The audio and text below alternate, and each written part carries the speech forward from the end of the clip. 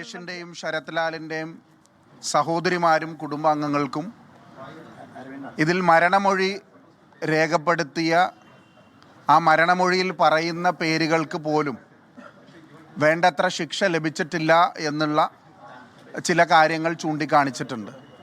അത് തീർച്ചയായിട്ടും വിധി പകർപ്പ് ലഭിച്ചതിന് ശേഷം പാർട്ടി നേതൃത്വവുമായി ആലോചിച്ച് തുടർ നിയമ നടപടികൾ ആവശ്യമുണ്ടെങ്കിൽ ആ കുടുംബത്തിൻ്റെ ആവശ്യപ്രകാരം അവർക്ക് നീതി ലഭിച്ചു എന്ന ബോധ്യം ലഭിക്കുന്നത് വരെ ഞങ്ങൾ ആ നിയമ പോരാട്ടത്തിൻ്റെ മുൻനിരയിൽ തന്നെ ഉണ്ടാകും.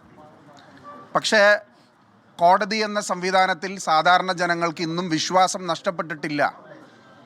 അതോടൊപ്പം തന്നെ ഇതിൻ്റെ പിന്നിലുണ്ടായിരുന്ന പബ്ലിക് പ്രോസിക്യൂട്ടർ അടക്കമുള്ള ഒരു വലിയ സംഘം ഈ കോടതിയിൽ പ്രവർത്തിച്ച ഈ നിയമവ്യവസ്ഥിതി ഈ പോരാട്ടത്തിൽ നിന്ന ആളുകൾ അവർ പ്രത്യേകം അഭിനന്ദനം അർഹിക്കുന്ന ഒരു കാര്യവും കൂടിയാണ്.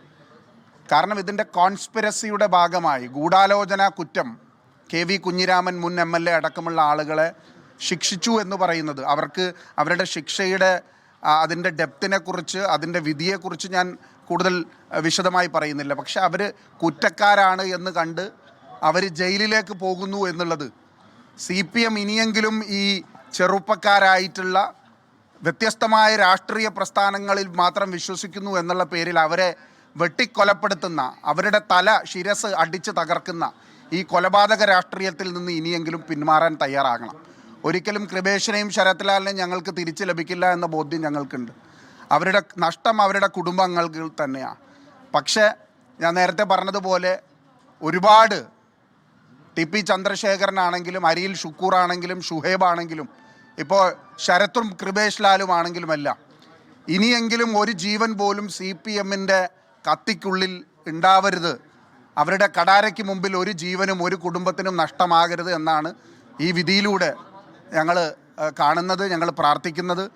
ഏതായാലും ഇവിടെ സൂചിപ്പിച്ചതുപോലെ തന്നെ പല വിധി പകർപ്പ് ലഭിച്ചതിന് ശേഷം അതിൻ്റെ ടെക്നിക്കലായിട്ടുള്ള വശങ്ങൾ നോക്കിയതിന് ശേഷം ബാക്കി കാര്യങ്ങൾ ഞങ്ങൾ മുന്നോട്ട് കൊണ്ടുപോകും. പക്ഷെ ഞാൻ നേരത്തെ പറഞ്ഞൊരു കാര്യമാണ്, പൊതുജനത്തിൻ്റെ പണമെടുത്ത് CBIയുടെ അന്വേഷണം വേണ്ട എന്ന് പറഞ്ഞ് ടാക്സ് പേയേഴ്സിൻ്റെ നികുതിദായകരുടെ പണമെടുത്ത് 2 കൊലപാതകികൾക്ക് വേണ്ടി 2 ചെറുപ്പക്കാരുടെ ജീവൻ കവർന്നെടുത്ത കൊലപാതകികൾക്ക് വേണ്ടി വാദിക്കാൻ കോടിക്കണക്കിന് രൂപ ചെലവഴിച്ച ഈ സർക്കാർ, പിണറായി വിജയൻ്റെ സർക്കാർ, ആ പണമെങ്കിലും തിരിച്ച് ഖജനാവിലേക്ക് അടയ്ക്കണം എന്നാണ്, ഈ വിധി വന്നതോടുകൂടി അടയ്ക്കണം എന്നാണ് ഞങ്ങൾക്ക് പറയാനുള്ളത്.